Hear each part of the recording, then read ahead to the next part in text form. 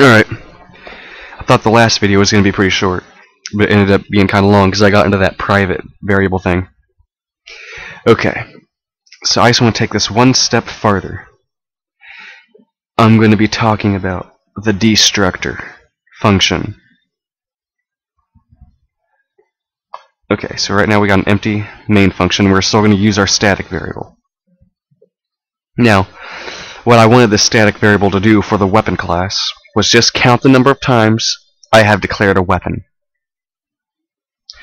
Well, this time I want to add one more thing. I want to keep track of how many weapons are in the program. Okay, so what do I mean by that?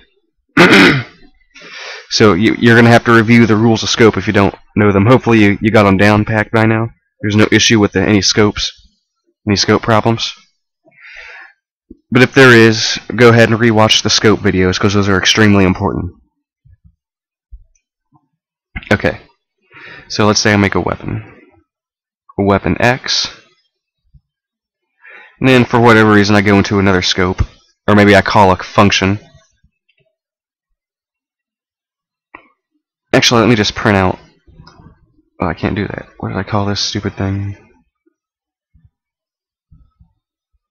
Display amount. X dot. I forgot I can check them here. Display amount.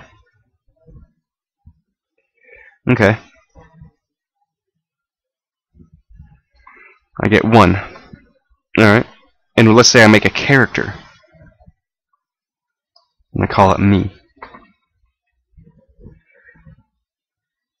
Well, X displays 2. Well, why is that?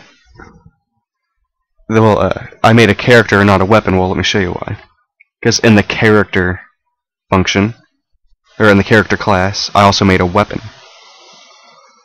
So every time I make a character, I'm going to make a 2 doubles and a weapon variable. So there are 2 weapons on this program right now. Okay, makes sense? Good. Alright, next. Drives me nuts. I always do that with my hand. Next, I want to make a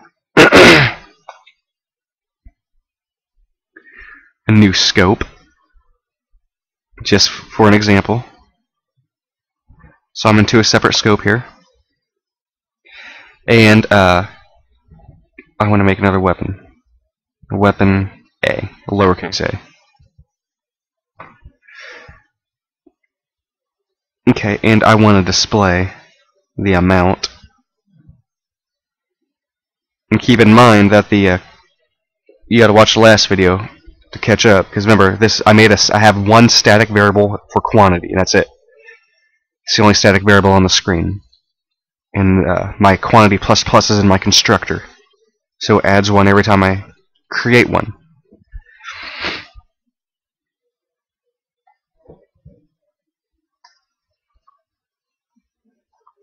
Okay. So right now.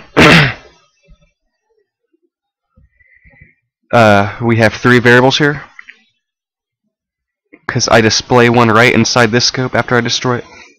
Now remember, weapon A leaves scope here, so weapon A is destroyed. So it's still going to display 3. See that? Even though this is destroyed, it's still going to display 3 because I have declared 3 of them, even though only 2 exist. So we're going to learn about the Destructor function here. What we're going to do, here's how you call the Destructor function. It's still going to destroy the variable, and it's set up exactly like the constructor. But you're going to have to use this tilde symbol. This is how the Destructor function is called. This right here means it's the Destructor.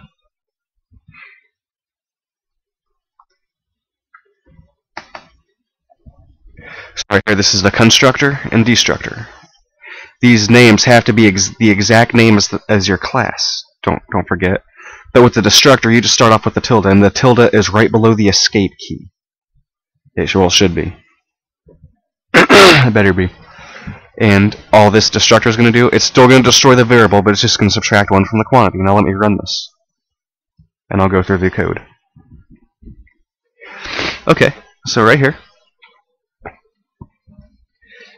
I declare 1, 2, 3 variables, and then I display the amount. Okay.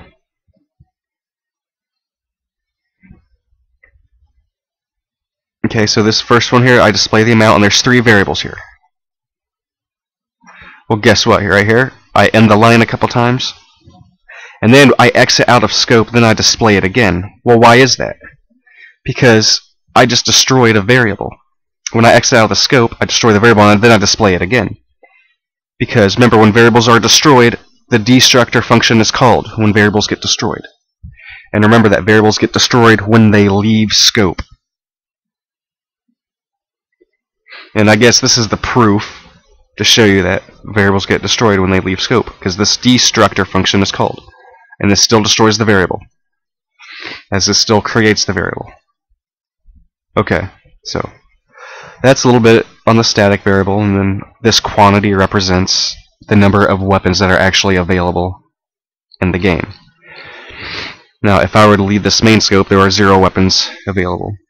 Oh, by the way, your static variable, it will be destroyed when your program's terminated, even though it doesn't get destroyed. Supposed to, it does get destroyed in your program, so you're not going to do any damage to your machine by just leaving it on there, because there is a question that if I run my program and I said that static variables never get destroyed, so if I close the program, is it still in my memory somewhere, taking up space? No, that's not. It's not. It's destroyed. When you close this program, right now, when you close this program, it's not. Nothing happened. It's destroyed forever until you bring it back to life. Then it's destroyed. Even if I close it improperly by using this X, static variable's destroyed. So you're not wasting memory. Okay. So well, that's it. Yeah, that was just a little destructor there. Just remember that I don't use the destructor that much, but there it is. There's the tilde. You just got to call it by using the tilde. It's a default destructor. Keep on using those backwards.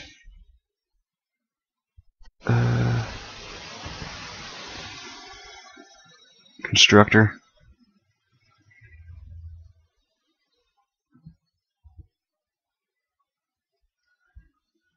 Destructor. Okay. And that's it. So maybe you can keep track of that, and you can use static variables for other things too than just keeping track of how many weapons are actually out on the game. So, okay, so that should be short and sweet, and we'll move on to, maybe we'll go through a couple more functions, and then we'll get to the template, the standard template library stuff, which is the power of C++.